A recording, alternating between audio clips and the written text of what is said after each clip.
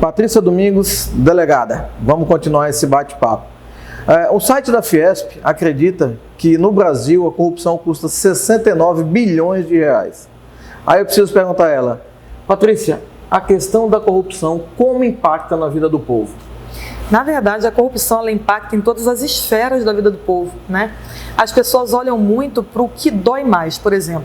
Ela impacta com mortes em filas de hospitais. Pessoas morrem porque não existem leitos suficientes para todo mundo. E por que não existem leitos? Porque há desvio de dinheiro na saúde, há superfaturamento em contratos. Aí você vai no hospital, falta, como já aconteceu aqui em Pernambuco, bolsa de colostomia, medicamento para tratamento de doentes crônicos, como hipertensos, etc. e tal. Então, impacta quando você tem a prestação de um serviço muito precário.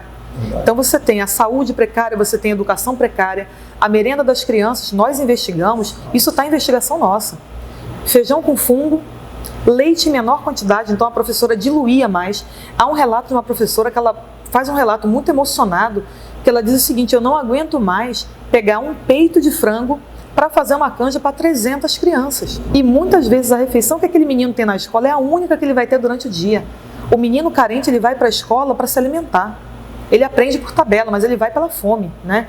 Então impacta na educação, impacta na saúde, mas impacta numa outra esfera que muitas vezes a gente não percebe.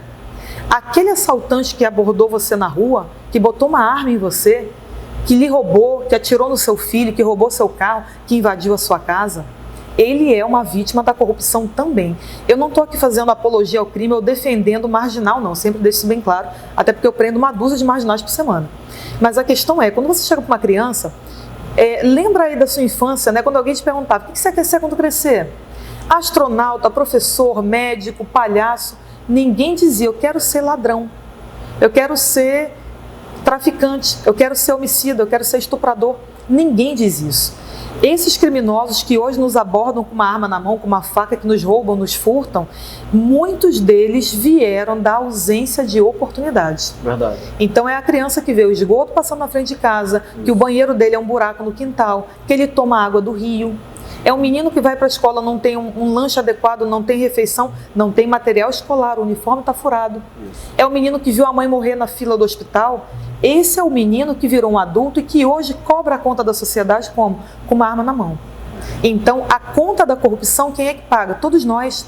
Paga aquele que é atendido pelo SUS, paga aquele que é aluno de escola pública e pagamos nós que não somos do SUS e nem da escola pública, mas que estamos com o nosso carro na rua e somos assaltados.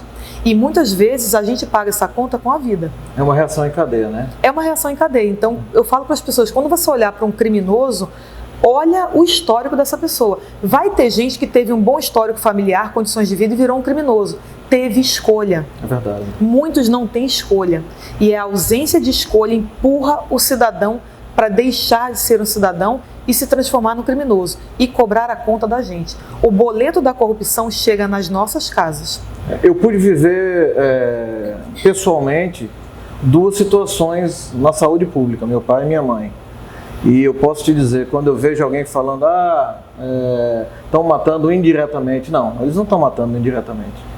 Eles estão matando diretamente. Aí eu pude passar por dentro de corredores de hospitais públicos, aí eu posso te dizer que não tem nada de indireto, não. O dinheiro que eles roubam de alguma coisa vai diretamente para aquilo. Falta gás, falta pomada, falta um monte. Eu sei porque eu vivi, ninguém me falou não. O que você acha de uma pessoa que consegue roubar o dinheiro de uma merenda, ou da educação, ou da saúde e consegue dormir? Veja, eu costumo dizer que são genocidas. Eles matam em escala. Na verdade, são predadores sociais. Eles estão destruindo o meio onde eles convivem. Como um ser humano, como um político que está gestor de uma cidade, tem a capacidade de tirar alimento da boca das crianças, de tirar remédio dos doentes, de pegar um dinheiro desses e comprar terreno, lancha, jet ski, casa de praia. Eu não sei como um indivíduo desses dorme. Na verdade, eu costumo dizer que eles não são feitos do mesmo barro que a gente.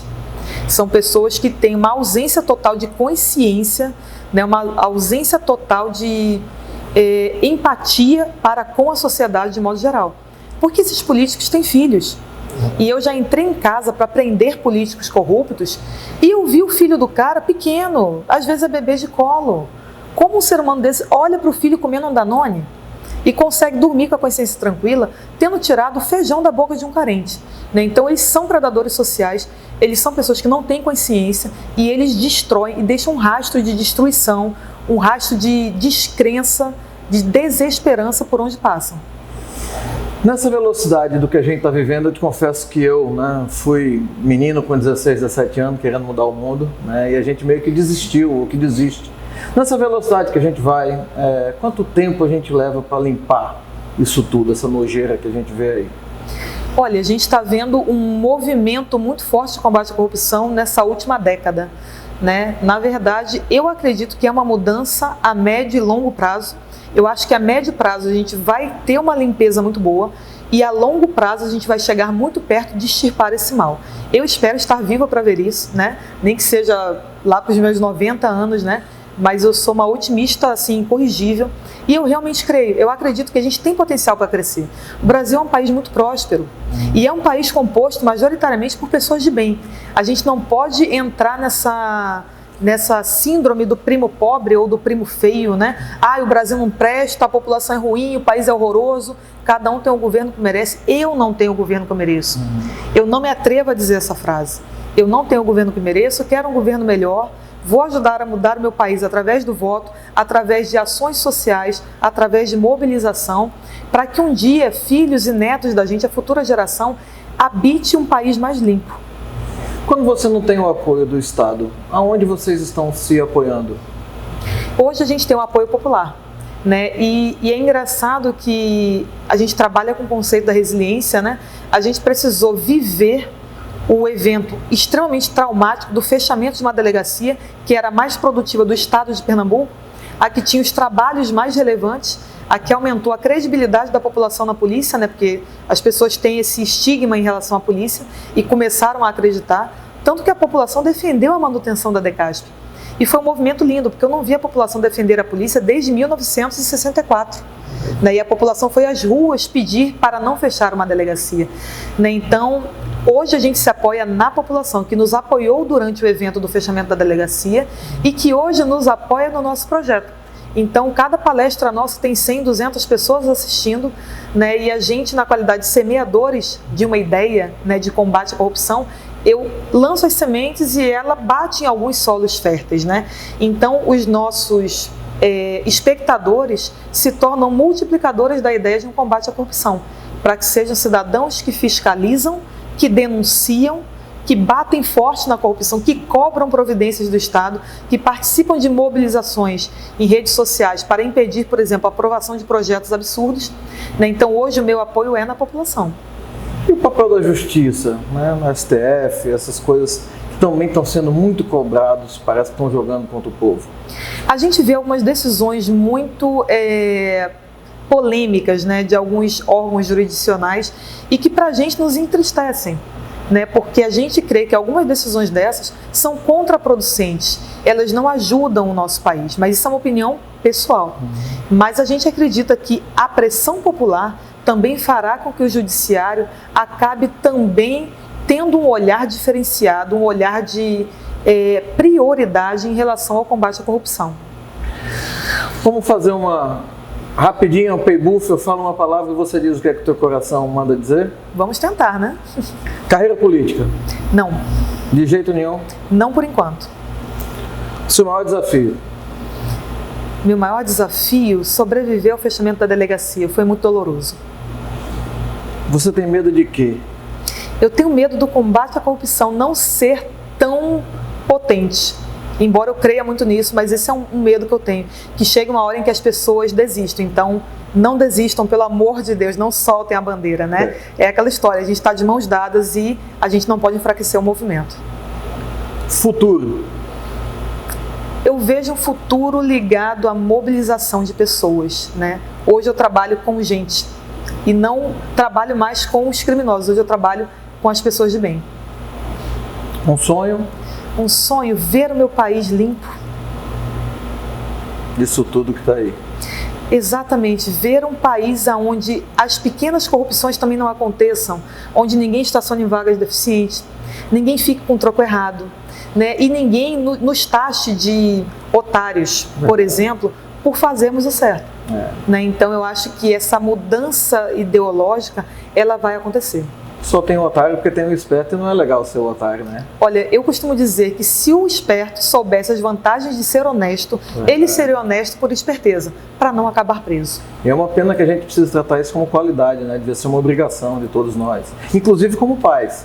Exatamente. Né? Não dizer, mas sim fazer, ter uma atitude diferente, independente do que o sistema ou do que a coisa toda leve a gente a fazer. Então, desistir e dizer não de uma oportunidade interessante não é fácil, né?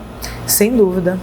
A gente fala muito hoje na reforma da Previdência. Você não acha que essa questão dessa limpeza passaria por uma reforma política drástica, forte e corajosa? Na verdade, se fala muito em reforma da Previdência, que é o que está sendo votado atualmente, se fala muito em reforma tributária, que eu acho extremamente importante, mas se ouve falar muito pouco da reforma política. E a gente precisa de uma reforma política. É necessário, porque o que acontece? As regras do jogo hoje favorecem a corrupção. Verdade. Esse projeto de lei que foi aprovado recentemente, que aumentou o fundo eleitoral em 48%, absurdo. Fora ter aumentado o fundo eleitoral, porque veja, eu não sou obrigada a pagar a conta da campanha eleitoral de ninguém. Isso deveria acabar. Mas hoje é a regra do jogo. A regra do jogo precisa mudar. Acharam pouco aumentar em 48%. Mas pior do que isso, dentro desse projeto de lei, eles inseriram alguns artigos que abrem brecha com caixa 2 absurdo. Hoje um político pode gastar o quanto ele quiser com contadores e advogados. Eu não preciso dizer que vai ter político corrupto que vai lavar dinheiro aí. E vai. Tanto é que isso foi aprovado por maioria. Então, a gente precisa de uma reforma política para mudar essas regras. Que, inclusive, hoje, bastou se eleger, tem 8 meses que esse povo está no poder, e eles já estão legislando para si, nesse nível, nas barbas da sociedade. E já pensando na próxima, né? Exato. A gente fez uma mobilização social para que as pessoas mandassem e-mails de indignação, demonstrando a sua indignação com esse projeto para o Senado. Foram 5.100 e-mails. E ninguém ouviu a população. Isso é uma aberração. Então, é necessária uma reforma política para que esses absurdos não existam. Porque, infelizmente, as regras do jogo hoje favorecem com que o jogo seja jogado de forma desleal e aquele que não é corrupto joga em desvantagem. Então, provavelmente não vai ganhar. Então, sempre serão eleitos quem? Os políticos corruptos ruins que não querem o bem da sociedade. Muda as regras do jogo para que os bons políticos tenham condições de competir em pé de igualdade e entrem. Porque não há lacunas no poder. O poder sempre vai estar preenchido. O que eu espero é que ele seja preenchido de pessoas bem intencionadas. Empreender é abrir a floresta no peito, é remar contra uma maré extremamente agressiva, é ter coragem de ir aonde ninguém nunca foi. Então, Patrícia mostra pra gente hoje coragem, raça. Então, ela é uma empreendedora e ela vai ter sucesso porque ela tem quem apoie, tem quem ajude. Então, agradecer demais, Patrícia. Muito obrigado mesmo. Você quer deixar seus contatos ou suas redes? Sim, na verdade, a gente divulga o Instagram da gente, que é o Facebook também, Patrícia Domingos Delegada. Procurem lá, sigam a gente atualiza diariamente com notícias sobre corrupção e as mobilizações sociais. O objetivo da gente é montar um exército de fiscalizadores, né?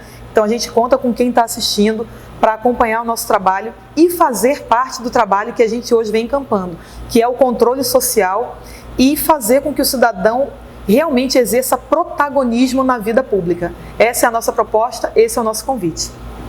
Com vocês, Patrícia Domingos. Se você quiser ver essa entrevista na íntegra, é só ir lá e seguir o nosso canal no YouTube. Clica no sininho que você vai receber todas as nossas atualizações. Porque empreender no Brasil, meu irmão, é coisa de doido. Au!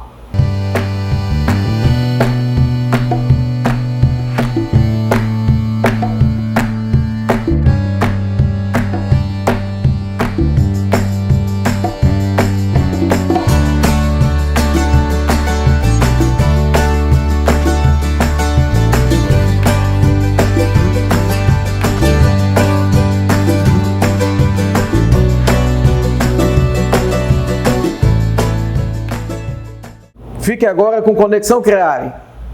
Saber o que se passa na cabeça dos clientes é um desafio diário para todas as empresas, não é mesmo?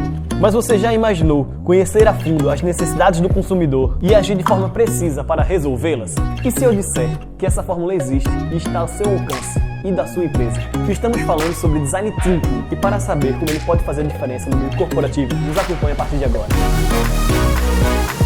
Este é o programa Conexão Creare. Cada vez mais, empresas do Brasil e no mundo estão utilizando o Design Thinking para superar desafios internos e externos. Para estabelecer o Design Thinking em sua corporação, é preciso adotar algumas etapas para garantir o sucesso da metodologia. Fique atento a este passo a passo. Aproxime-se do cliente e conheça bem suas dores. Envolva toda a sua equipe no processo criativo. Teste e avalie suas soluções antes de lançá-la para o cliente. Assim é o Design Thinking. E nós da Creare podemos te ajudar a aplicar esta metodologia na sua empresa. Acompanhe nas nossas redes sociais e saiba como.